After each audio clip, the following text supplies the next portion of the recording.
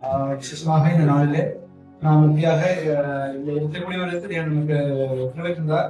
விசேஷமாக புது சகோதரர்களை பார்த்தது மகிழ்ச்சி. இங்கே இருந்த பழைய சகோதரர்களும் புதிதாக பார்த்ததும் ஒரு மகிழ்ச்சி. இங்க இருக்கும்போது எனக்கு மனசுல ஒரு கேள்வி எடுக்கணும், இவ்வளவு நாள் நீங்க எல்லாம் எங்க இருந்தீங்க அப்படின்னு சொல்லி தான் கேள்வி வருது. பட் ஆண்டவர் வந்துட்டு அந்த நேரத்துல ஏற்ற காரியங்களை செய்கிறார். பிரியமானவர்களே, ஒரு புதிய துவக்கத்திலே நாம் இருக்கிறோம். சோ நாம் ஆண்டவர் என்ன காரியத்துக்காக என்ன நோக்கத்திற்காக நம்ம இந்த இடத்துல வைத்திருக்கிறார் அப்படிங்கிற நாம் ஒவ்வொருவரும் நாம் அலசி ஆராய வேண்டியதான ஒரு காரியத்திலே காலகட்டத்திலே நாம் இருக்கிறோம். ஆக்சுவலா ஒரு பிரேயர் பாயிண்ட் சொல்லிட்டாங்க. அதோட இன்டர்வியூ செவ்வாய்க்கிழமை இருக்குது. ஸோ அதுக்காக பிரேயர் கேட்டுட்டாங்க. அதுக்காக நம்ம தெரிஞ்சுக்கொள்வோம். நாம் இன்றைக்கு நம்முடைய செய்திக்கு ஆதாரமாக நாம் வாசிக்க இருக்கிற வேத பகுதி யோவான் எழுதின சுவிசேஷம் 1ஆம் அதிகாரம். யோவான் 1ஆம் அதிகாரம் அதனுடைய 1ஆம் வசனத்திலிருந்து 11ஆம் வசனம் வரைக்கும் வாசிக்கிறோம். யோவான் சுவிசேஷம் 1ஆம் அதிகாரம் 1ஆம் வசனத்திலிருந்து 11ஆம் வசனம். அவர் அப்புறம் போகையில் பிறவி குருடனாகிய ஒரு மனிதனை கண்டார். அப்பொழுது அவருடைய சிஷ்யர்கள் அவரை நோக்கி, ரவி, இவன் குருடனாய் பிறந்தது யார் செய்த பாவம்? இவன் செய்த பாவமோ இவனை பெற்றவர்கள் செய்த பாவமோ என்று கேட்டார்கள். இயேசு பிரதியுத்தரமாக, அதில் இவன் செய்த பாவமும் அல்ல, இவனை பெற்றவர்கள் செய்த பாவமும் அல்ல.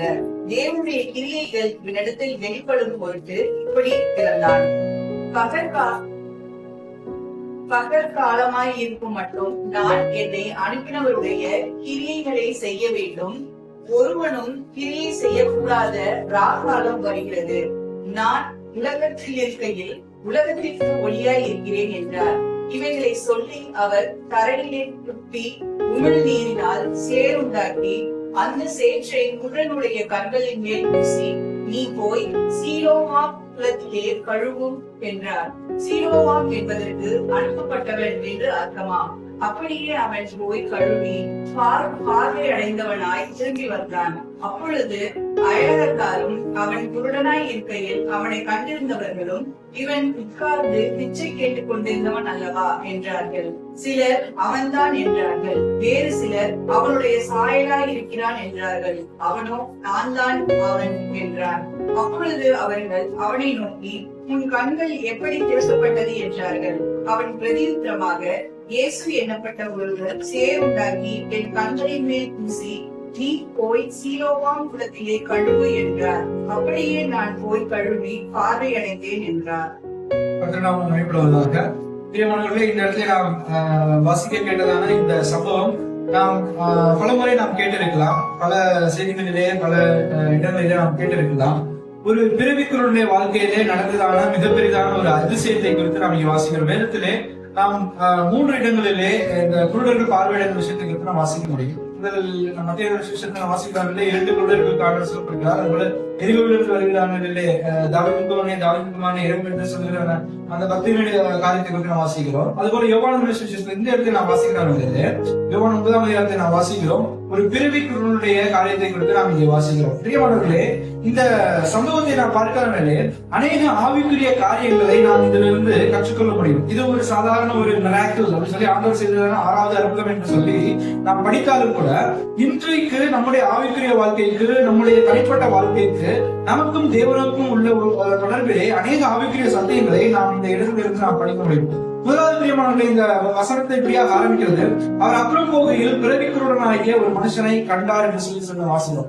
பிரியமானவர்களே, இந்த இடத்திலே நாம் கற்றுக்கொள்ள வேண்டிய ஒரு காரியம் என்ன பார்க்கிறோம்? அவர் அப்புறம் போகையில் பிறவிக்குருடனாகிய ஒரு மனுஷனை கண்டார். பிரியமானவர்களே, தேவன் நம்மை காண்கிற ஒரு தேவனாக இருக்கிறார் என்று சொல்லி நாம் அறிந்து கொள்ள முடியும். ஏன்னா பார்க்கிறோம், அந்த மனிதன் தேவனை தேடி வந்ததாகவோ அல்லது அவன் மொத்த சத்தமிட்டு கூப்பிட்டதாகவோ நாம் இந்த இடத்தை நாம் பார்க்க முடியாது.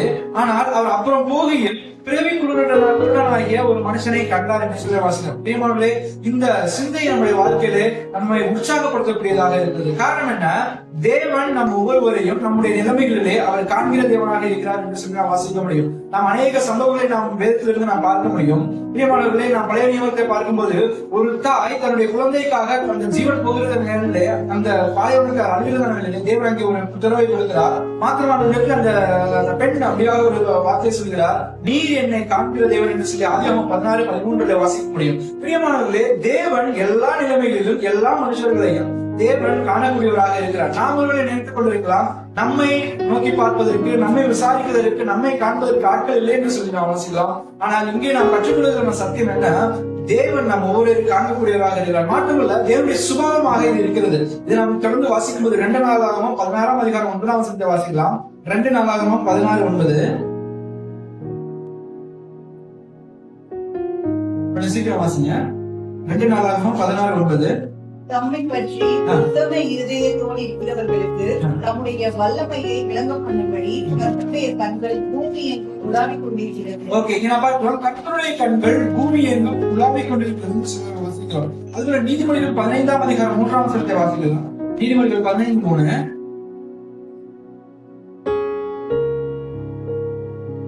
கர்த்தரின் கண்கள் எவ்விடத்திலும் இருந்து நல்லோரையும் தீயோரையும் நோக்கி பார்க்கிறது. கர்த்தருடைய கண்கள் எவ்விடத்திலும் இருந்து நல்லோரையும் தீயோரையும் நோக்கி பார்க்கிறது என்று சொல்லி நான் வாசிக்கிறேன். அதுபோல 1 பேதுரு 3ஆம் அதிகாரம் 12ஆம் வசனத்தை வாசிங்க. 1 பேதுரு 3:12.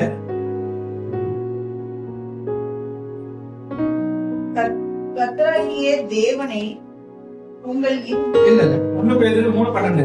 கர்த்தருடைய கண்கள் நீதிமான்கள் மேல் நோக்கமாய் இருக்கிறது, அவருடைய செவிகள் அவர்கள் வேண்டுதலுக்கு கவனமாய் இருக்கிறது, தீமை செய்கிறவர்களுக்கோ கர்த்தருடைய முகம் விரோதமாய் இருக்கிறது என்று வாசிக்கிறோம். பிரியமானவர்களே, நம்முடைய சூழ்நிலைகளிலே நம்மை நோக்கி பார்க்கிறதான ஒரு தேவன் நமக்கு உண்டு என்று சொல்லி நாம் இந்த சம்பவத்தின் மூலமாக வாசிக்க முடியும். அவன் சாதாரண ஒரு பிச்சைக்காரனாக, அவன் பிச்சை கேட்கக்கூடியதான ஒரு மனிதனாக, பிறவி குருடனாக இருந்தாலும் அப்படிப்பட்ட மனுஷனை தேவன் காண்கிறார் என்று சொல்லி வாசிக்கிறோம். ஆனால் இந்த சீரியஸ் நம்ம பார்க்கணும்னு சொன்னா, இந்த கான்டெக்ட் நம்ம படிக்கும்போது 8ஆம் அதிகாரம் கடைசி வசனத்தை வாசிங்க. யோவான் அதே 8ஆம் அதிகாரம் 59ஆம் வசனம். அப்பொழுது அவர் மேல் எரியும்படி கல்லுகளை எடுத்துக்கொண்டார்கள். இயேசு மறைந்து அவர்கள் நடுவே கடந்து தேவாலயத்தை விட்டு போனார். இங்க பாருங்க, இதுக்கு முன்னாடி என்ன சம்பவம் நடக்குது? இந்த சம்பவத்துக்கு முன்பதாக என்ன நடக்குது?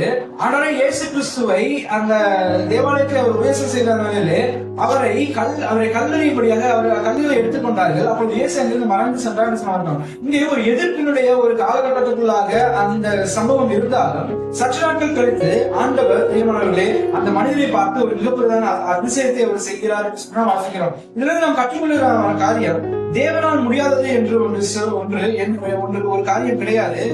காரணம் என்ன? அவர் நம்மை காண்கிற ஒரு தேவனாக இருக்கிறார் என்று சொன்னா வாசிக்கிறோம். நாம் சிந்தித்தது போல இந்த மனுஷன் தேவனை நோக்கி வரவில்லை, மாறாக தேவன் இந்த மனுஷனை கண்டார் என்று சொல்லி நான் வாசிக்கிறோம். பிரியமானவர்களை, தொடர்ந்து நான் வாசிக்கும் போது 2வது ஒரு ஆவிக்குரிய சத்தியத்தை நான் வாசிக்கிறோம். 2ஆம் வசனத்தும் 3ஆம் வசனத்தை வாசிக்கலாம். அப்பொழுது அவருடைய சீஷர்கள் அவரை நோக்கி, ரவி, இவன் குருடனாய் பிறந்தது யார் செய்த பாவம்? இவன் செய்த பாவமோ இவனை பெற்றோர்கள் செய்த பாவமோ என்று கேட்டார்கள்.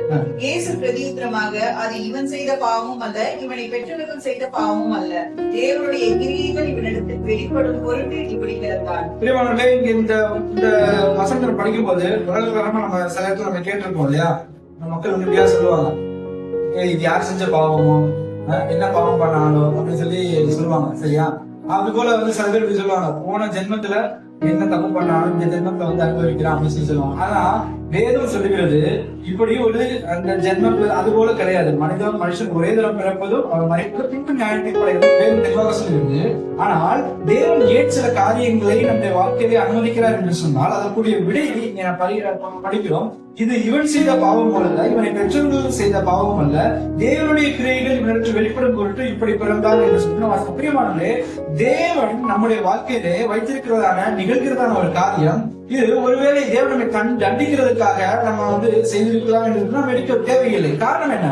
ஒருவேளை பாவத்தின் முகாந்திரமாக நம்முடைய மீறுதல் முகாந்திரமாக சில சிக்ஷைகளை நாம் தேவனுடைய வாழ்க்கை அனுமதிப்பார். ஆனால் எல்லா பாவமும் நாம் எப்படியாக நாம் பாவத்தினால்தான் எங்கள் பாவத்தினால்தான் சம்பவித்தது சொல்ல. காரணம், தேவனுடைய வசனம் தெளிவாக சொல்கிறது, தேவனுடைய கிரியைகள் இவனிடத்தில் வெளிப்படும் பொருட்டு இப்படி பிறந்தான் என்று சொல்லி நான் வாசிக்கிறோம். பிரியமானவர்களே, நாம் யாக்கோபிலே நாம் வாசிக்கிறது, யாக்கோபு 1:13-14 வாசிக்கும் போது தேவன் பொல்லாங்கினால் சோதிக்கிறவர் அல்ல என்று சொல்லி நான் வாசிக்கிறோம்.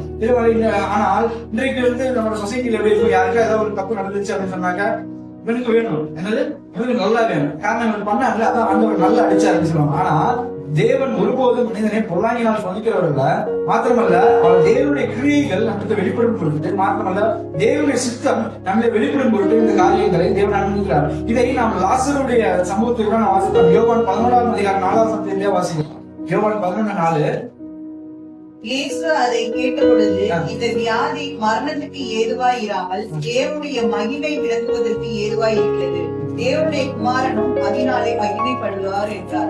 நீங்க பார்க்கிறோம், லாசர் மரித்தான். அந்த மரணம் அந்த வியாதி மரணத்துக்கு எதுவாக இராமல் தேவனுடைய மகிமை விளங்குவதற்கு எதுவாக இருக்கிறது சொல்லுவாங்க. அப்ப தேவன் நம்முடைய வாழ்க்கையில அனுமதிக்கிறதான காரியங்கள் ஒவ்வொன்றிலும் அவருடைய சித்தத்தின்படியாக மாத்திரமல்ல, அவருடைய அனுமதி இல்லாமல் நம்முடைய வாழ்க்கையில ஒரு காரியமும் நடக்கிறது. பெஸ்ட் எக்ஸாம்பிள் நம்ம படைப்பட்ட யாரை பார்க்க முடியும் சொன்னா, யோபுவை நான் வாசிக்கிறோம். யோபு சொல்கிறார், ஆண்டவர் என்னை சோதிக்கிறார்கள், சோதனைக்கு பின் நான் எப்படியாக விளங்குவேன், பொன்னாக விளங்குவேன் அப்படின்னு சொல்றாரு. பிரியமானவே, அப்போ ஒரு மனுஷனுடைய வாழ்க்கையில சில சிக்ஷைகள், சில பாடுகள், கண்ணீரின் பாதைகள், வேதனைகள் எல்லாம் தேவன் நம்மை மெருகேற்றி பொன்னாக மாற்றுவதற்கான காரணமே தவிர தேவன் நம்முடைய பாவத்தின் நிரந்தரமாக அல்ல என்று சொல்லி இந்த வேதங்களை நாம் சிந்திக்க முடியும். பிரியமானவே, அப்படியாக தேவனுடைய சித்தம், தேவனுடைய அனுமதி இல்லாமல் ஒரு காரியமும் நம்முடைய வாழ்க்கையில் நடக்காது. அதைத்தான் இந்த பிறவி குருடைய சம்பவத்தை நான் வாசிக்கும் போது தேவன் அவனை கண்டார். மாத்திரமல்ல, அவனுடைய இருந்த அந்த பிறவி குருடனுடைய அந்த குறைக்கு காரணம் என்ன என்று சொல்லும் போது தேவனுடைய செயல் நடந்து வெளிப்பட போகிறது என்று சொல்லுகிறார். இங்கே நாம் தொடர்ந்து வாசிக்கும் போது அடுத்த சத்தியத்தை நாம் வாசிக்கிறோம். 4ஆம் வசனம் 5ஆம் வசனம். பகல் காலம் இருக்கும் மட்டும் நான் என்னை அனுப்பினவருடைய கிரியைகளை செய்ய வேண்டும். ஒருவனும் கிரியை செய்யக்கூடாத ராக்காலம் வருகிறது. நான் உலகத்தில் இருக்கையில் உலகத்திற்கு ஒளியாய் இருக்கிறேன் என்றார். பிரியமானவர்களே, நான் பார்க்கிறோம், ஆனால் இயேசு கிறிஸ்து இந்த உலகத்திலே அவர் மனிதனாக ஜீவித்துவான நிலையிலே அவர் எத்தனை வயதிலே அவர் ஊழியத்துக்கு வந்தார்? 30ஆம் வயதிலே. அவர் மரித்தது 33. அப்ப அவருக்கு கிடைக்கப்பட்டதான அந்த ஊழிய காலம் என்பது 30 வயது வரை அவர் எங்கதான் யாருக்கு கீழ்ப்படிந்தார்? அவருடைய பெற்றோருக்கு கீழ்ப்படிந்திருந்தார். சரியா? அப்போ ஒரு சராசரி ஒரு சாதாரண ஒரு மனிதனாக அவர் இந்த உலகத்தை வாழ்ந்திருந்தாலும் தேவனுடைய வேலை வந்த போது அவர் அந்த ஊழிய கிரியைகளை அவர் செய்யும் போது அங்கு கிடைக்கப்பட்ட காலம் எவ்வளவுதான்? 3 வருஷம் தான். அப்ப ஆண்டவர் அதனாலதான் அந்த காரியத்தை சொல்றாரு. என்ன சொல்றாரு? பகல் காலம் இருக்கும் மட்டும் நான் என்னை அனுப்பினவருடைய கிரியைகளை செய்ய வேண்டும். ஒருவரும் கிரியை செய்யக்கூடாத ராக்காலம் வருகிறது. நான் உலகத்தில் இருக்கையில் உலகத்திற்கு ஒளியாய் இருக்கிறேன் சொன்னால் அனைவருக்கும் நான் வேறு வாசித்திருக்கிறோம். ஆனால் இயேசு கிறிஸ்து இந்த உலகத்தின் ஒளியாய் இருக்கிறேன் சொல்லியிருக்கிறார். பிரியமானவர்களே, அப்ப ஆண்டவர் இந்த உலகத்திலிருந்து எடுபடுகிற நாட்களிலே அந்த ஊழியம் இங்கே நடைபெறாது. அதற்கு பின்பதாக அந்த ஊழியம் எப்படி நடைபெறுகிறது? பரிசுத்த ஆவியானவர் முகாந்திரமாக இந்த உலகத்தில் நடக்கிறது. மாத்திரமல்ல, அவருடைய வசனத்தின் முகாந்திரமாக இந்த உலகத்தில் நடக்கிறது. அப்ப இயேசு கிறிஸ்து இந்த உலகத்திலே அவர் ஒரு காரியத்தை, தேவனுடைய கிரியைகளை அவர் தாமதமின்றி செய்யக்கூடியவராக இருந்தார் என்று சொன்னா வாசிக்கிறோம். அப்ப இயேசு கிறிஸ்து தனக்கு கொடுக்கப்பட்டதான அந்த நேரத்திலே அவர் தாமதமின்றி செயல்பட்டு இருப்பார் என்று சொன்னால், நம்முடைய வாழ்க்கையிலே நமக்கு கொடுக்கப்பட்டதான இந்த குறுகிய காலம், இந்த குறுகிய காலத்திலே நாம் எப்படி செயல்படக்கூடியவர்களாக இருக்க வேண்டும்? தாமதமின்றி நாம் செயல்படக்கூடியவர்களாக இருக்க வேண்டும். பிரியமான ஒரு காரியத்தை சொல்ல விரும்புகிறேன். இந்த காரியங்களை வாசிக்கும் போது யோவான் 1ஆம் அதிகாரம் 6ஆம் வசனம் 9ஆம் வசனம் வாசிங்க. யோவான் 1:6-9. தேவனால் அனுப்பப்பட்ட ஒரு மனுஷன் இருந்தான். அவன் பேர் யோவான். அவன் தன்னால் எல்லாரும் விசுவாசிக்கும்படி அந்த ஒளியை குறித்து சாட்சி கொடுக்க சாட்சியாக வந்தான். அவன் அந்த ஒளியல்ல, அந்த ஒளியை குறித்து சாட்சி கொடுக்க வந்தவனாய் இருந்தான்.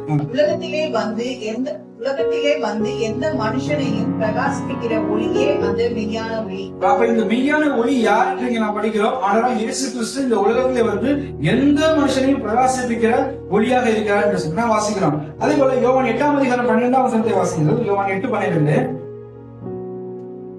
மறுபடியும் இயேசு ஜனங்களை நோக்கி, நான் உலகத்திற்கு ஒளியா இருக்கிறேன். என்னை பின்பற்றுகிறவன் இருளிலே நடவாமல் ஜீவ ஒளியை அடைந்திருப்பான் என்றார். ஆனால் இயேசு கிறிஸ்து இந்த உலகத்திற்கு ஒளியாக இருக்கிறார் என்று சொன்ன வாசிக்கிறோம். அப்ப இந்த ஒளியானவர் இந்த உலகத்தில் இருந்த போது தன்னுடைய கிரியைகளை அந்த பகல் காலத்தில் அவர் செய்துவிட்டார். அதற்கு பிறகு இந்த உலகத்திலே இந்த கிரியைகள் எப்படி நடக்கிறது? பரிசுத்தாவின் மூலமாக. பரிசுத்தாவினர் எப்படி செய்கிறார்? வாசிக்கலாம். மத்தேயு 5ஆம் அதிகாரம் 14ஆம் வசனத்தை வாசிக்கலாம். மத்தேயு 5ஆம் அதிகாரம் 14ஆம் வசனம். நீங்கள் உலகத்துக்கு வெளிச்சமா இருக்கிறீர்கள். மலையின் மேல் இருக்கிற பட்டணம் மறைந்திருக்க மாட்டாது. எபேசியர் 5ஆம் அதிகாரம் 8ஆம் வசனம். எபேசியர் 5:8.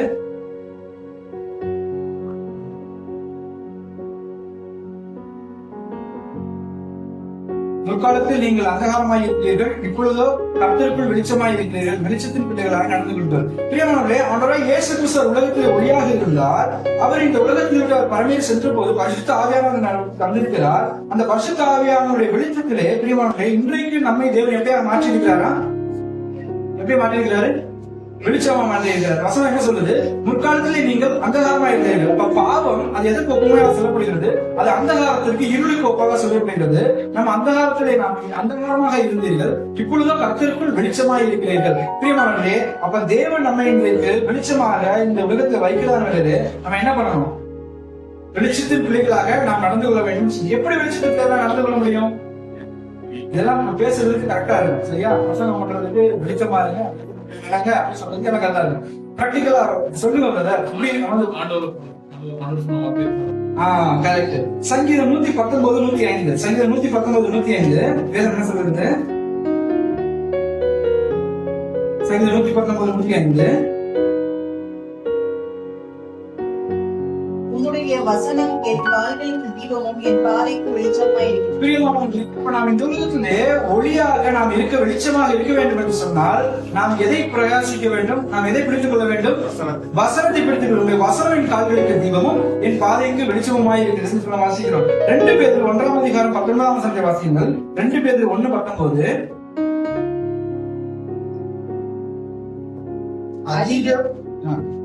அதிக உறுதியான தீர்க்க தரிசன வசனம் நமக்கு உண்டு. பொழுது விடிந்து விடிவேளை உங்கள் இருதயங்களில் உதிக்கும் அளவும் இருளுள்ள ஸ்தலத்தில் பிரகாசிக்கிற விளக்கை போன்ற வசனத்தை கவனித்திருப்பது நலமாயிருக்கும். பிரியமானவர்களே, படிக்கிறோம் இல்லையா? இருளுள்ள ஸ்தலத்தில் பிரகாசிக்கிற விளக்கை போன்ற அவ்வசனத்தை கவனித்திருப்பது நலமாயிருக்கும். அப்ப நம்முடைய வாழ்க்கையில எந்த ஒரு இருளான சூழ்நிலையாக, எந்த ஒரு அந்தகாரமாக இருந்தாலும் நம்மை பிரகாசிப்பிக்க செய்கிற ஒரே ஒரு காரியம் இதுதான், ஆண்டவருடைய வசனம். அந்த விளக்காக இருக்கிற அந்த வசனத்தின் மூலமாக பிரியமானவர்களே நாம் வெளிச்சமாக மாற முடியும். அப்ப இயேசு கிறிஸ்து வெளிச்சமாக இருந்தபோது அவர் என்ன செய்தார்? தேவனுடைய கிரியைகளை அவர் தாமதமின்றி செய்தார் என்று சொன்ன வாசிக்கிறோம். சரி, இப்படியாக ஆண்டவர் அந்த காரியங்களை சொல்லிட்டு யோவான் 9:அதிகாரத்தை திரும்பி வருவோம். யோவான் 9:அதிகாரம் அங்க வரைக்கும் வரும்போது அந்த காரியங்களை சொல்லிட்டு 6ஆம் வசனத்திலே 7ஆம் வசனம் படிக்கலாம். இவைகளை சொல்லி அவர் தரையிலே துப்பி உமிழ் நீரினால் சேருண்டாக்கி அந்த சேற்றை குளிர்ச்சிய கண்களின் மேல் பூசி, நீ போய் சீலோவாம் குளத்திலே கழுவு என்றார். சீலோவாம் என்பதற்கு அனுப்பப்பட்டவன் என்று அர்த்தமாம். அப்படியே அவன் போய் கழுவி பார்வை அடைந்தவனாய் திரும்பி வந்தான். இந்த மனிதன் இப்படியாக அந்த ஆண்டவர் தேடி வருகிறார்கள் இல்லையா? அந்த மனிதன் ஆண்டவரத்தில் வருகிறான். அப்ப ஆண்டவர் இந்த காரியத்தை சொல்லிவிட்டு அவர் அற்புதத்தை செய்கிறார். சரியா? இந்த அற்புதம் செய்தது நம்ம கேட்கும் போது நமக்கு ஒரு அருவருப்பா தோன்றது இல்லையா? உமிழ் நீரினால் சேற்று உண்டாக்கி அந்த கண்களிலே கடவுள், இது ஒரு மிக ஒரு என்ன சொல்றது, ஒரு அருவருப்பான காரியமாக நமக்கு தோன்றலாம். ஆனால் இதற்குள்ளாக ஒரு மிகப்பெரியான சக்தி 2 காரியங்களை நான் படிக்க முடியும். ஒண்ணு என்ன அப்படின்னு சொன்னா, தேவன் தமது நோக்கங்களை நிறைவேற்ற அவர் அற்பமானவைகளையும் பலவீனமானவைகளையும் தெரிந்து கொண்டார் என்று சொன்னா வரைக்கும் முடியும். சாதாரண ஒரு அற்பமாக காணப்பட்ட, அது நாம் வெறுக்கக்கூடியதான அந்த காரியத்தின் முகாந்திரமாக தேவன் ஒரு மிகப்பெரியான ஒரு அற்புதத்தை அவர் செய்ய வல்லவராக இருக்கிறார் நான் பார்க்கிறோம். பிரியமானவர்களே, இந்த உலகத்திலே தேவன் செய்ய நினைக்கிறதான தெய்வ திட்டங்கள் எல்லாமே யார் மூலமாக தேவன் செய்து கொண்டிருக்கிறார்? மண்ணான மனிதன் மூலமாக. தேவன் எல்லாவற்றிற்கும் நம்ம சங்கீதம் வாசித்தோம், மாறாத பிரமாணத்தை நியமித்தார். ஆனா நமக்கு மாறாத பிரமாணத்தை ஆண்டவர் கொடுக்கறதில்லை. நீ இப்படிதான் வாழணும், இப்படிதான் இருக்கணும். ஆண்டவர் நமக்கு என்ன சொல்றது? ரூல்ஸ் புக் போட்டு தேவன் சுயாதீனத்தை கொடுத்திருக்கிறார். பிரியமானவர்களே, சுயாதீனமாக கட்டப்பட்டதான நாம், மண்ணிலே வாசம் செய்கிறதான நாம், இந்த மண்ணான மனிதன் மூலமாக மகிமையான தேவனுடைய ராஜ்யத்தை கட்டக்கூடியதான மிகப்பெரிதான காரியத்தை தேவன் உங்களுடைய வாழ்க்கையை கொடுத்திருக்கிறார். பிரியமானவர்களே, ஒருவேளை நாம் நினைக்கலாம், ஆண்டவரே என்னை கொண்டு என்ன செய்ய முடியும் என்று நினைப்போம் என்று சொன்னால், தேவனுடைய கரத்தில் இருக்கிறதான வேலையிலே சாதாரண மண் அது சுகமாக்கக்கூடிய ஒரு காரியமாக அது மாறினது. மாத்திரமல்ல, இங்கே 2வது ஒரு காரியம், நம்ம இந்த மண்ணின் சேர் உண்டாக்குறது வாசிக்கும் போது தேவனுடைய ஒரு காரியத்தை இன்டைரக்டா சொல்றாரு. என்ன தெரியுமா சொல்றாரு? அந்த மனிதன் எப்படிப்பட்டவனாக இருந்தான்? பிறவிக்குள்ளனா பிறக்கும் போது டிஃபெக்டோட பிறந்தான். சரியா? அப்ப இது அவனோட கிரியேஷன்லயே என்னது ஒரு டிஃபெக்ட். சரியா? மனிதன் உற்பத்தியானது ஒரு டிஃபெக்ட். ஆனால் தேவன் ஆதியிலே ஏதேன் தோட்டத்தில் என்ன செய்தாரு? மனிதன் எப்படி உண்டாக்கினார்?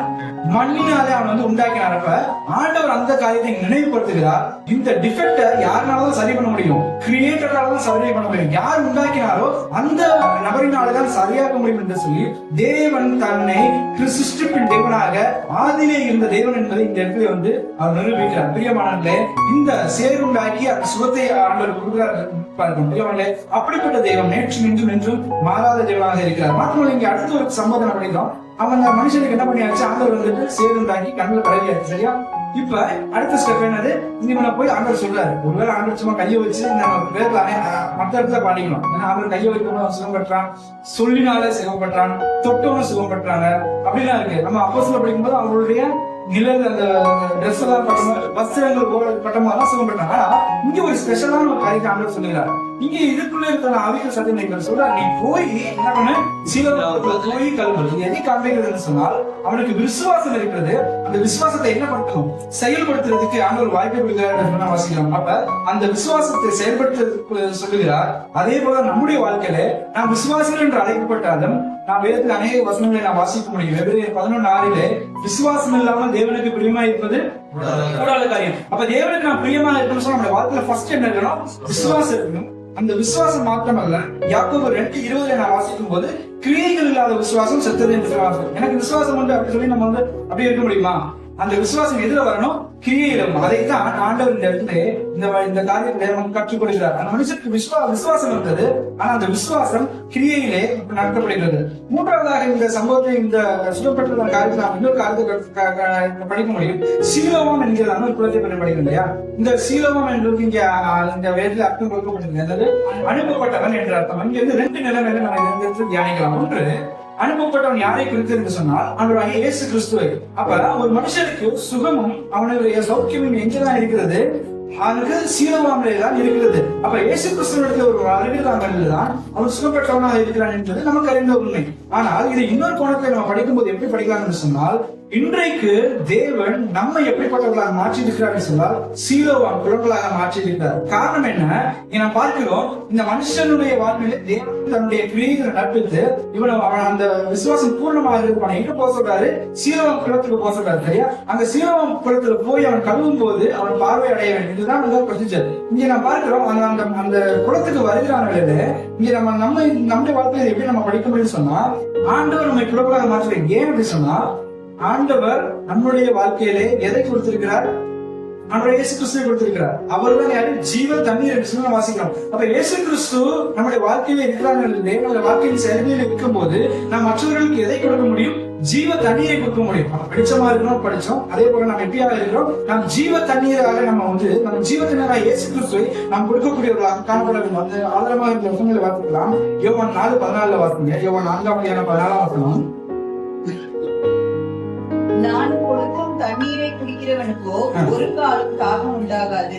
நான் அவனுக்கு கொடுக்கும் தண்ணீர் அவனுக்குள்ளே நித்திய ஜீவ காலமாய் ஊற்றுகிற நீரூற்றாய் இருக்கும் என்றார். அப்ப ஆண்டவராக இயேசு கிறிஸ்து அவர் ஜீவ தண்ணீராக இருக்கிறார். அந்த ஜீவ தண்ணீர் எப்படியா இருக்கிறது, அது ஒரு காலம் தாகம் எடுக்காததான ஒரு ஜீவ தண்ணீராக இருக்கிறது சொல்லுவாங்க. மாத்திரம் நாம் தொடர்ந்து வேதத்தை வசிக்கும் போது ஆண்டவராக இயேசு கிறிஸ்து யார் என்று சொல்லி யோவான் படிக்கும் போது ஒரு வார்த்தையாக இருந்தார். இந்த வார்த்தை என்பது எது, ஜீவ தண்ணீர் என்பது வேதத்துல நம்ம படிக்க முடியும். சரியா? இப்ப எபேசியர் 5:26 வார்த்தை. எபேசியர் 5:26 எபேசியர் 5:26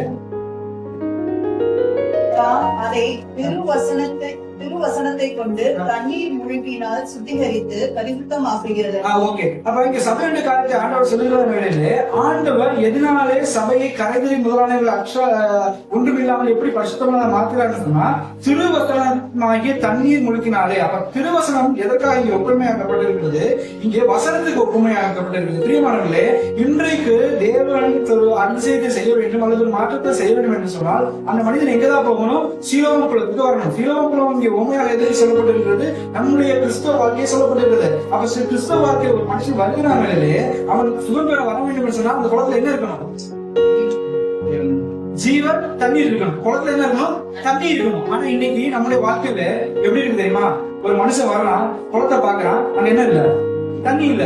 ஆண்டவர் செய்ய வேண்டிய கிரியைகளை செய்ய முடியாத அளவுக்கு பிரியமானவர்களே நம்முடைய வாழ்க்கையில வசனம் இல்லை என்று சொன்னால், தேவனுடைய சத்தியம் நமக்குள்ள இல்லை என்று சொன்னால், பிரியமானவர்களே ஒரு காலம் தேவன் செய்ய நினைக்கிறதான கிரியைகளை அவருடைய சித்தத்தை ஒருபோதும் நடக்க முடியாது, நடக்காது என்று சொன்னா அந்த குளத்தை என்ன வேணும், ஜீவ தண்ணீர் வேணும். ஜீவ தண்ணீர் யாரு, அவருடைய இயேசு கிறிஸ்து, அவருடைய வசனம். அந்த வசனம் நம்முடைய வாழ்க்கையில காணப்பட வேண்டும் என்று சொன்னா பிரியமானவர்களே வேதத்துல வசனத்தை நம்முடைய வாசனை ஓசியா 4:6 வசனத்தை வாக்கிங்க.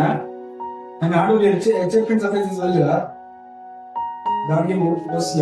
ஓசியா 4:6 என் ஜனங்கள் அறிவில்லாமையினால் சங்காரமாகிறார்கள், நீ அறிவை வெறுத்தாய், ஆகையால் நீ என் ஆசாரியனாய் இராதபடிக்கு நான் உன்னை வெறுத்து விடுவேன். நீ உன் தேவனுடைய வேதத்தை மறந்தாய், ஆகையால் நானும் உன் பிள்ளைகளை மறந்து விடுவேன். பிரியமானவர்களே, ஆண்டவருடைய வேதத்தை நான் மறந்தோம்னு சொன்னா ஆண்டவர் என்ன சொல்றாரு? ஆண்டவர் என்ன சொல்றாரு? ஒன்னும் மறப்பேன் சொல்றாரு. என்ன சொல்றாரு? நானும் உன் பிள்ளைகளை மறந்து விடுவேன் அப்படின்னு சொல்றாரு. பிரியமானவர்களே, நம்ம படிக்கும்போது சற்று மனசுக்கு நம்ம வருத்தமாக இருக்கலாம். ஆனால் தேவனுடைய வேதத்தினுடைய முக்கியத்துவம், ஆண்டவருடைய வசனத்துடைய முக்கியத்துவம் எவ்வளவு என்பதை இந்த இடத்துல நாம் புரிந்து கொள்ள முடியும். அப்ப ஒரு மனிதன் சுகம் பெற வேண்டும் என்று சொன்னால் சீலோவாமில வர வேண்டும். சீலோவாமில என்ன இருந்து? ஜீவ தண்ணீர் உண்டு. இன்றைக்கு சபை சீலோவமாக, கிறிஸ்தவர்கள் ஒரு சீலோவமாக இருக்கிறார்களே, இங்கே ஜனங்கள் வருகிற போது இங்க என்ன இருக்கணும்? ஜீவ தண்ணீராக இயேசு கிறிஸ்து இருக்க வேண்டும். வார்த்தையாகிய தெய்வம் இங்கே இருக்க வேண்டும். ஓகே, இங்கே அவன் சுகம் பெற்று இருக்கான். சரியா? இந்த சுகம் பெற்ற பிறகு அவனுடைய வாழ்க்கையில் என்ன நடக்குது அப்படிங்கிறத நம்ம படிக்கலாம். அதே யோவான் 9:8-9. அப்பொழுது அயலகத்தாரும் அவன் குருடனாய் இருக்கையில் அவனை கட்டிருந்தவர்களும், இவன் உட்கார்ந்து பிச்சை கேட்டுக் கொண்டிருந்தவன் அல்லவா என்றார்கள். சிலர் அவன்தான் என்றார்கள். வேறு சிலர் அவனுடைய சாயலாய் இருக்கிறான் என்றார்கள். அவனோ நான் தான் அவன் என்றான். ஓகே, இங்க ஒரு பெரிய பிரச்சனை வருது. சரியா? இந்த மனுஷன் எப்படியோ ஆண்டவர் என்ன பண்ணாரு? இவனை தேடி வந்தாரு. ஆண்டவர் அவனை கண்டார். ஆண்டவருடைய சித்தத்தின்படியாக ஒரு மிகப்பெரிதான அற்புதம் அவனுடைய வாழ்க்கையில் நடக்குது. ஆண்டவர் சொன்னபடி அவன் கீழ்ப்படிந்து போகும்போது அவனுடைய வாழ்க்கையில் மிகப்பெரிய அற்புதம் நடக்குது. ஆனால் அற்புதம் நடந்த பிறகு நடக்கிறதாக ரொம்ப முக்கியமான ஒரு சம்பவம். சரியா? இங்க இந்த அயலகத்தார், அவனுடைய சுற்றுப்புறத்தார் அவன் என்ன சொல்றாங்க? அவனை கண்டிருந்தவர்களும் இவன் உட்கார்ந்து பிச்சை கேட்டுக் கொண்டிருந்தான் அல்லவா என்றார்கள். பிரியமானவர்களே, இது பாத்தீங்கன்னா பெரும்பாலும் எல்லா இடத்துலயுமே நடக்கும். சரியா? ஒரு மனுஷன் நல்லா ஆகணும்னு விருப்பப்படுவாங்க. ஆனா நல்லா ஆன பிறகு யாராவது இந்த மனுஷனா, இவன் யார் உட்கார்ந்து பிச்சை கேட்டு இருந்தவங்க இன்னைக்கு இப்படிப்பட்டதான வாழ்வு என்று சொல்லி அந்த உலகம் அன்றைக்கு அவனை பரியாசித்தது. ஆனால் அந்த இடத்துல அவன் என்ன சொல்லுகிறான்? அவனோ நான் தான் என்று சொல்லுகிறான். பிரியமானவர்களே, அப்ப உலகம் நம்மை ஒரு இடத்துல அவன் சொல்லும்போது 2 வார்த்தையை சொல்றாங்க. என்ன சொல்றாங்க? இவன் உட்கார்ந்து பிச்சை கேட்டுக் கொண்டிருந்தான். உலகம் என்னைக்குமே நம்ம எழுந்து நடக்கிறதுக்கு ஓடுறதுக்கு என்ன பண்ணாது? விடாது. நீ உட்கார்ந்துட்டு இருக்கியா? நல்லா உட்கார்ந்துட்டே ஒரு பிரச்சனையுமே இல்ல. ஆனா அவன் எழுந்து நடக்கிறதான வேலையிலே, அவன் தன் சொந்த கண்களால் பார்த்து நடக்கிறதான வேலையிலே அது உலகத்துக்கு என்ன பண்ணும்? அது பிடிக்காது. பிரியமானவர்களே, இன்றைக்கு நம்முடைய வாழ்க்கையிலே அநேக வாழ்வு நாட்களிலே பாத்தீங்கன்னாக்க இந்த ஸ்கூல் காலேஜ் எல்லாம் பாத்தீங்கன்னா இது பெரிய பிரச்சனையா இருக்கும். ஒருத்தர் விசுவாசியா இருந்து ஸ்கூல்ல இருக்காங்க, காலேஜ்ல போய் இருக்காங்கன்னா மிகப்பெரியான ஒரு போராட்டம். அப்ப இது பாத்தீங்கன்னாக்கா உலகம் விடாது. அப்ப வேதவசனம் சொல்லுகிறது. ஏன் அதுக்கு காரணம் என்ன அப்படின்னு சொல்லி படிக்கிறோம். 1 பேதுரு 4:4 படிக்கிறோம். 1 பேதுரு 4:4. அந்த துன்மார்க்கர் உலகிலே அவர்களோடு கூட நீங்கள் விழாமல் இருக்கிறதுனாலே அவர்கள் ஆச்சரியப்பட்டு உங்களை தூஷிக்கிறார்கள். நீங்க படிக்கிறோம். அந்த துன்மார்க்க உலகிலே அவர்களோட கூட நீங்கள் விழாமல் இருக்கிறதுனாலே அவர்கள் ஆச்சரியப்பட்டு உங்களை தூஷிக்கிறார்கள். பிரியமானவர்களே, ஒரு பாவமான சூழ்நிலையிலே பாவத்திலே நாம் உட்கார்ந்து சொன்னால் உலகம் நம்ம சொன்னது பயக்காது. ஆனால் நாம் எப்பொழுது நாம் சுகம் பெற்று நம்ம ஆண்டவருக்காக நடக்க வேண்டும் என்று சொன்னால் அங்க உலகம் என்ன பண்ணும்? ஆச்சரியப்பட்டு நம்ம என்ன பண்ணும்? தூசிக்கும் அப்படின்னு சொல்லி வாசிக்கிறோம். பிரியமானவர்களே, இது எல்லா கிறிஸ்தவ வாழ்க்கையிலும் எல்லாருடைய தனிப்பட்ட விசுவாசிய வாழ்க்கையிலும் நடக்கக்கூடியதான ஒரு காரியமாக இருக்கிறது. இப்ப தேவனிங்க சொல்றதான காரியம் எப்படிப்பட்டதான ஒரு இகழ்வான பேச்சு, ஒரு நம்மை மட்டுப்படுத்துகிற காரியம் எப்படி வந்தாலும் ஆவிக்கிற இடமில்ல நம்ம சொல்ல வேண்டியது ஒன்னே ஒண்ணுதான். என்ன மனுஷன் என்ன சொன்னா? அவன் நான் தான், அந்த பிச்சை எடுத்தவன் நான் தான். அப்ப நம்மை நாம் தாழ்த்தி கொண்டு போகும்போது பிரியமானவர்களே, அதுதான் தேவனுடைய நாமத்திற்கு மகிமையை கொண்டு வர முடியும் என்று சொன்னா படிக்க முடியும். இப்படியாக தொடர்ந்து படிக்கும் போது உலகம் அவனை இகழ்ந்தது. அது மட்டும் இல்லாம இதுக்கு அடுத்த உள்ள வசனங்கள் 12ஆம் வசனத்துல இருந்து 35ஆம் வசனம் நீங்க வீட்டுல போய் வாசிப்பாங்க. சரியா? இதோட அவுட்லைன் என்ன நடந்ததுன்னு சொல்றாரு. இது என்னன்னாக்க இந்த மனுஷன் பார்வை அடைஞ்சிட்டான். சரியா? இந்த பார்வை அடைஞ்சதை அங்க இருக்கிற மக்களால ஏற்றுக்கொள்ளவே முடியல. சரியா? இந்த மக்களால் ஏற்றுக்கொள்ள என்ன பண்றாங்க? பரிசேயர்கிட்ட கூட்டிட்டு போறாங்க. பரிசேயர்கிட்ட கூட்டிட்டு போயிட்டு என்ன பண்றது? ஜட்ஜு போயிட்டு இந்த மனுஷன் என்ன பண்றான்? பார்வை அடைஞ்சிருக்கான். ஏன்? அதான் இயேசு கிறிஸ்து இந்த மனுஷனை ஓய்வு நாளில இவன் சுகமாக்கிறார். அப்ப இவனை குறித்து விசாரிக்கிறோம் அப்படின்னு சொல்லும் போது அவன் வார்த்தை சொல்லுறான். 17ஆம் வசனத்தை வாசிக்கலாம். மறுபடியும் அவர்கள் குருடனை நோக்கி, உன் கண்களை திறந்தானே, அவனை குறித்து நீ என்ன சொல்லுகிறாய் என்றார்கள். அதற்கு அவன் தீர்க்கதரிசி என்றான். 18ஆம் வசனம், அவன் குருடனாய் இருந்து பார்வையடைந்ததை யூதர்கள் நம்பாமல் பார்வையடைந்தவனுடைய தாய் தகப்பன்மாரை அழைத்து, அப்ப அவனை வச்சு விசாரிக்கிறாங்க. 2வது விசாரிக்கிறாங்க. அவன் சொல்லிட்டான், நான் சொல்லுவான், நான் குருடனாக பார்வையடைந்தேன். இப்ப அவனுடைய பெற்றோர்களை கூப்பிட்டு விசாரிக்கிறாங்க. அவங்களும் சொல்லிட்டாங்க, என்னது பிறந்ததுல இருந்து என்னது குருடன் தான். அவன் எப்படி பார்வைதான் எங்களுக்கு தெரியாது, அவன் வாலிப வயசுல இருக்கிறான், நீங்க அவனையும் கேட்டு தெரிஞ்சுங்க அப்படின்னு சொல்லி சொன்னான். இது ஏன் அவனுடைய பெற்றோர் அப்படி சொன்னாங்க அப்படின்னு சொன்னா, அந்த காலத்துல யாராவது இயேசுவை கிறிஸ்து என்று அறிக்கை பண்ணினால் ஜெப ஆலயத்துக்கு புறம்பாக்க வேண்டும் என்று சொல்லி யூதர்கள் கட்டுப்பாடு பண்ணியிருந்தாங்க. அந்த 22ஆம் வாசிக்க முடியும். அப்படி இருக்கிறனால அந்த அந்த மனிதனை கேட்டீங்க அப்படின்னு சொல்லிடுறாங்க. அவன் திருப்பி அவனுக்கு மறுபடியும் அவன் என்ன பண்ணாங்க, அவனுக்கு திருப்பி கூப்பிடுறாங்க. 24ஆம் வசனத்துல என்ன ஒரு சோதனை வருது பாருங்க. ஆதலால் அவர் திருடனாய் இருந்த மனுஷனை 2ஆம் தரம் அழைத்து, நீ தேவனை மகிமைப்படுத்து, இந்த மனுஷன் பாவி என்று நாங்கள் அறிந்திருக்கிறோம் என்றார்கள். இப்ப சொல்றாங்க, இந்த மனுஷனை நீ வந்து தேவனை மகிமைப்படுத்து, இந்த மனுஷன் பாவி என்று நாங்கள் யாரு? ஆனால் இயேசு கிறிஸ்து அவர் பாவி. அவர் ஓய்வு நாளில் வந்து கிரியை செய்கிறாரு, அவர் வந்து தன்னை தேவன் என்று சொல்லுகிறாரு. அப்ப இவர் பாவி, நீ வந்து தேவனை மகிமைப்படுத்து அப்படின்னு சொல்லும்போது இவன் சொல்றது ஒண்ணே நான் சொல்றான். அவன் என்ன சொல்றான்? அவர் பாவி என்று எனக்கு தெரியாது. அவர் பாவியா நல்லவரா கெட்டவரா எனக்கு தெரியாது. எனக்கு தெரிஞ்சது என்னது, நான் குருடனாக இருந்தேன், இப்பொழுது காண்கிறேன், இது ஒண்ணுதான் எனக்கு தெரியும் அப்படின்னு சொல்லி சொல்றான். பிரியமானவர்களே, இவன் எல்லா இடத்துலயும் நீங்க கொண்டு போய் கேட்டாலும் இவன் அவன் இந்த காரியத்துல தான் நான் வந்து சொல்லுவான். சரிங்களா? 11ஆம் வசனத்துல கடைசியில பார்க்கும்போது, அது 2ஆம் வசனத்துல 2வது பகுதியில் நான் பார்க்கும்போது, அப்படியே நான் போய் கழுவி பார்வையடைந்தேன், சரியா அப்படின்னு சொல்லி சொல்லுவான். 12ஆம் வசனம், அப்பொழுது அவர் எங்கே என்று கேட்டால் அவனுக்கு எனக்கு தெரியாது. அவர் யாருன்னு தெரியாது, எங்க இருப்பாருன்னு தெரியாது, அவர் நல்லவரா கேட்டவரா தெரியாது. ஆனா அவன் சொல்லக்கூடிய ஒரே ஒரு வார்த்தை என்னது, நான் குருடனா இருந்தேன், நான் பார்வை அடைஞ்சேன், இது மட்டும் தான் எனக்கு தெரியும். இது மட்டும் தான் அவன் சொல்லிட்டு இந்த பகுதியில் நீங்க வீட்டுல போய் படிச்சீங்கன்னா அவன் எவ்வளவு கமிட் பண்றதுக்கு, அவன் மேல குற்றச்சாட்டு பண்றதுக்கு எவ்வளவோ காரியங்கள் சொல்லுவாங்க. ஆனா அந்த மனுஷன் வந்து இந்த காரியத்தை திருப்பி திருப்பி சொல்லுவான். மாத்திரமல்ல, இதுக்கு அடுத்ததான் ஒரு காரியத்தை, முக்கியமான காரியத்தை சொல்லுவாங்க. 26ஆம் வசனம், அவர்கள் மறுபடியும் அவனை நோக்கி, உனக்கு என்ன செய்தான், உன் கண்களை எப்படி திறந்தான் என்றார்கள். அவன் மறுபடியும் 3வது வந்து கேட்கிறாங்க, இது எப்படி வந்து கண்ணை திறனா? ஆனா விசுவாசம் வரல. அந்த பரிசேயர்களுக்கு யூதர்களுக்கு என்ன பண்ணல, விசுவாசம் வரவே இல்லை. மறுபடியும் என்ன பண்ண, அது 26ஆம் ஆன்சர் இருக்கு. அவன் பிரதியுத்தரமாக, முன்னமே உங்களுக்கு சொன்னேன், நீங்கள் கேளாமல் போனீர்கள், மறுபடியும் கேட்க வேண்டியது என்ன? அவருக்கு சிஷ்யராக உங்களுக்கும் மனதுண்டோ என்றார். சொல்லிட்டான், நீங்க இவ்வளவு திரும்பி கேட்டுட்டு இருக்கீங்களே, ஒருவேளை உங்களுக்கு அவருடைய சிஷ்யராகணும்னு உங்களுக்கு ஆசை இருக்குதா, உங்களுக்கு மனதுண்டோ அப்படின்னு கேட்கலாம். அதுக்கப்புறம் இவங்க என்ன பண்ணாங்க தெரியுமா? இந்த மனுஷனை 32ஆம் வசனம் 32ஆம் வசனம் படிங்க. பிறவி குருடனுடைய கண்களை ஒருவன் திறந்தான் என்று உலகம் உண்டானது முதல் கேள்விப்பட்டதில்லையே. அவர் தேவனிடத்திலிருந்து வராதிருந்தால் ஒன்றும் செய்ய மாட்டாரே என்றான். அவர்கள் அவனுக்கு பிரதியுத்தரமாக, முழுவதும் பாவத்தில் பிறந்த நீ எங்களுக்கு போதிக்கின்றாயோ என்று சொல்லி அவனை புறம்பே தள்ளிவிட்டார். அவ்வளவுதான் முடிஞ்சிச்சு. அந்த மனுஷன் என்ன பண்றாங்க, முழுவதும் பாவத்துல பிறந்த நீ என்ன பண்ற, எங்களுக்கு போதிக்க வந்திருக்க அப்படின்னு சொல்லி அவன் என்ன பண்ணாங்க, புறம்பே தள்ளிவிட்டாரு. முக்கியமானது, ஒரு மனுஷன் ஆவிக்குரிய நிலைமையிலே அவன் வருகிறான் இல்லையா, சோதனை சகித்து வருகிறான், இப்படிப்பட்ட இவ்வளவு சோதனைகளா வரும்போது கடைசியாக என்ன நடக்குது, உலகம் அவனை புறம்பே தள்ளிவிடுகிறது சொல்லி நாம் வாசிக்கிறோம். ஆனால் அங்க தள்ளிவிடுகிற நிலைமையில தான் நம்ம அடுத்த கட்டத்தை நான் வாசிக்கணும். 35ஆம் வசனத்தை வாசிங்க. அவனை அவர்கள் புறம்பே தள்ளிவிட்டதை இயேசு கேள்விப்பட்டு அவனை கண்டபோது, நீ தேவனுடைய குமாரனிடத்தில் விசுவாசமாய் இருக்கிறாயா என்றார்.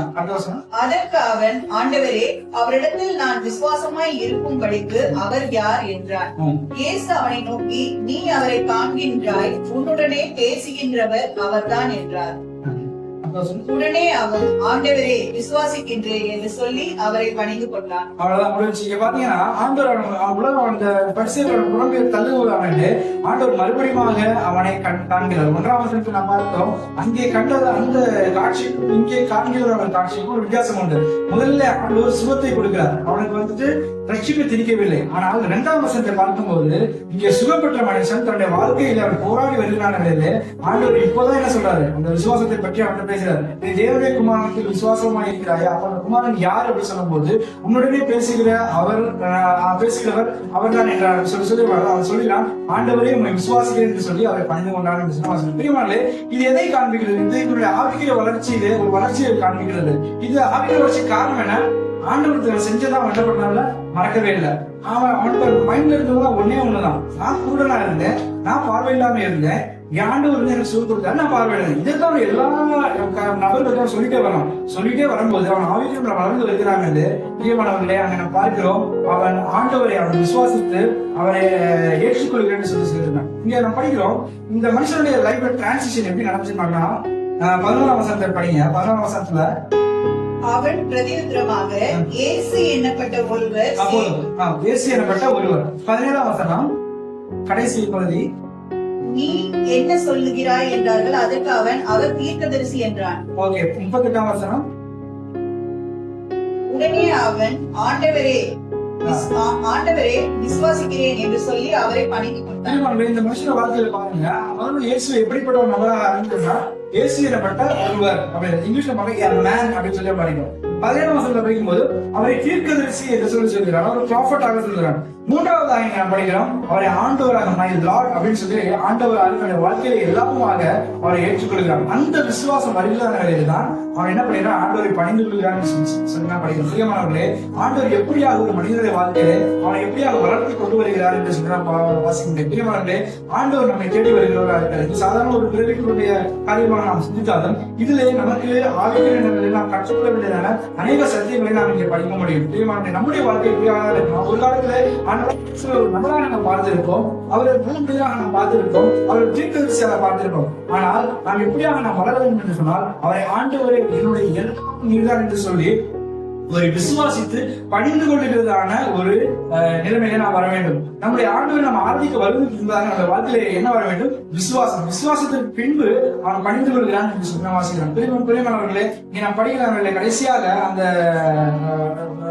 அந்த பரிசீலத்தில் ஆண்டவர் சொல்லுகிற காரியம் 39, 40, 41. அப்பொழுது இயேசு காணாதவர்கள் காணும்படியாகவும் காண்கின்றவர்கள் குருடராகும்படியாகவும் நியாய தீர்ப்புக்கு நான் இந்த உலகத்தில் வந்தேன் என்றார். அவருடனே கூட இருந்த பரிசேயரில் சிலர் இவைகளை கேட்ட பொழுது நாங்களும் குருடரோ என்றார்கள். இயேசு அவர்களை நோக்கி, நீங்கள் குருடராய் இருந்தால் உங்களுக்கு பாவம் இராது. நீங்கள் காண்கின்றோம் என்று சொல்லுகிறபடியினால் உங்கள் பாவம் நிலை நிற்கிறது என்றார். அப்ப வந்து காண முடியாது, காண்கிறவர்கள் குருடராக முடியாது, நியாயத்திற்கு நான் இந்த சொல்லும்போது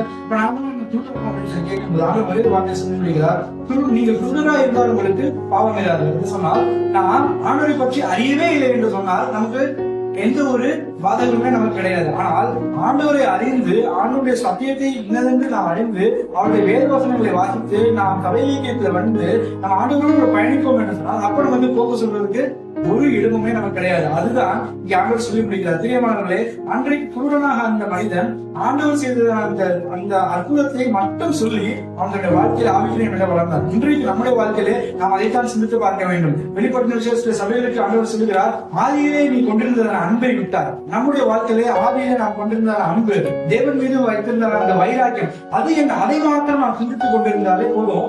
இது நம்ம ஆவிக்குரிய நிலையில வளர்த்து தேவன் அந்த அப்படிப்பட்ட சூழ்நிலைகளுக்குள்ளாக நம்மை கொண்டு வருவார். இங்க வந்து ஒரு நாள்ல நம்ம வந்துதான் முடியாது. அங்க வர்றாங்க, அவங்க பரிசெயர்கள் வராங்க, யூதர்கள் வராங்க. அந்த பிரச்சனைகள் வரும்போது அவன் ஆட்டோமேட்டிக்கா ஆண்டவருக்காக வளருகிறான். மாத்திரமல்ல, கடைசியாக நாம் பார்க்கிறோம், அவன் ஆண்டவர் விசுவாசித்து அவனை பணிந்து கொண்டான் என்று சின்ன வாசிக்கும். முக்கியமான அவன் மிகப்பெரிய அவன் சாட்சியாக மாறினான். இந்த மனிதனுடைய பெயர் வேதத்தில் குறிப்பிடப்படவில்லை. ஆனால் பெயர் இல்லாத கண்ணில்லாமல் பிறந்த இந்த மனிதன் இன்றைக்கு நம்முடைய ஆவிக்குரிய வாழ்க்கைக்கு ஒரு மிகப்பெரிய ஒரு சாட்சியாக இருக்கிறான். பிரியமானவர்களே, நாம் எப்படிப்பட்ட நிலைமையில இருந்தாலும் இந்த பிரபஞ்சத்தின் நம்ம ஒரு வசனத்தை வாசிக்கிறோம். 2 Corinthians 4:4 நான் வாசிக்கும் போது ஒரு வசனத்தை வாசிச்சுள்ள 2 Corinthians 4:4 தேவனுடைய சாட்சியாய் இருக்கிற கிறிஸ்துவின் மகிமையான சுவிசேஷத்தின் ஒளி அவிசுவாசிகளாகிய அவர்களுக்கு பிரகாசமாய் இராதபடிக்கு இப்பிரபஞ்சத்தின் தேவனானவன் அவர்களுடைய மனதை குருடாக்கினான். ஓகே, இது நீங்க பிரபஞ்சத்தின் தேவன் யாரை குறிப்பிடுகிறது? பிசாசானை குறிப்பிடுகிறது. அந்த பிசாசானோட வேலை என்ன? அவருடைய மனதை குருடாக்கினான்னு சொல்லி வாசிக்கிறோம். அப்ப நம்ம குருடான நிலைமை தான் தேவனுடைய வெளிச்சம், அந்த தேவ வெளிச்சமாக நம்மை பிரகாசித்து மூலமாக அந்த இன்னும் நம்மை விட்டு மாறிவிட்டதுன்னா அந்த காலத்துல இருந்து தேவனுடைய பிள்ளைகளாக ஆச்சரியமா ஒளிநடத்தை வரவேற்றிருக்கிறோம். அப்ப இந்த நிலைமையில் நாம் வருகிறார்களே, நாம் கணக்கு கொள்வதற்கு பாத்திரவான்களாக, நாம் சரியான தேவனை விசுவாசித்து நாம் அவரை புரிந்து கொள்ளக்கூடியதற்கு பாத்திரவான்களாக இருக்கிறோம். அதே மாதிரி நாம் சிந்திக்கக்கூடாது. தொடர்ந்து நம்முடைய ஆவிக்குரிய வாழ்க்கையிலே, சபை வாழ்க்கையில, குடும்ப வாழ்க்கையில, வேலை காரியங்களில் நாம் சாட்சியாக அவர்களுக்காக நாம் ஜீவிப்போம். அவருடைய திருநாமம் இன்றைக்கு மயப்படுத்த